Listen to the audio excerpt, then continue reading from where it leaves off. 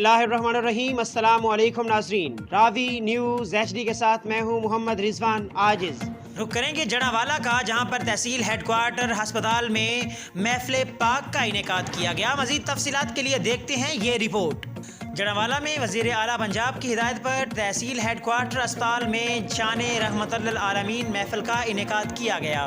महफिल की सदारत मेडिकल सुपरिटेंडेंट तहसील हेडक्वार्टर अस्पताल जड़ावाला डॉक्टर काशिफ महमूद कंबो ने की। महफिल पाक का आगाज़ तिलावत कलाम पाक से किया गया। महफिल में MS के अलावा doctor Mohammad Akram, doctor Asif Latif, doctor Shahzad Rana, doctor Javed Iqbal, doctor Qurban Ali Rana और दीगर डॉक्टर्स और स्टाफ नर्सेस ने भी शिरकत की। महफिल मिलाद मुस्तफ़ा में अस्पताल के अमला के अलावा लोगों की कसीर तादाद ने भी शिरकत की। महफिल में मुकर्ररीन ने नबी करीम सल्लल्लाहु अलैहि वसल्लम आका दो जहां की हयात तैयबा पर रोशनी डाली। कैमरामैन मलक मुमताज़ के साथ मोहम्मद रिजवान आजिज़, जड़ावाला।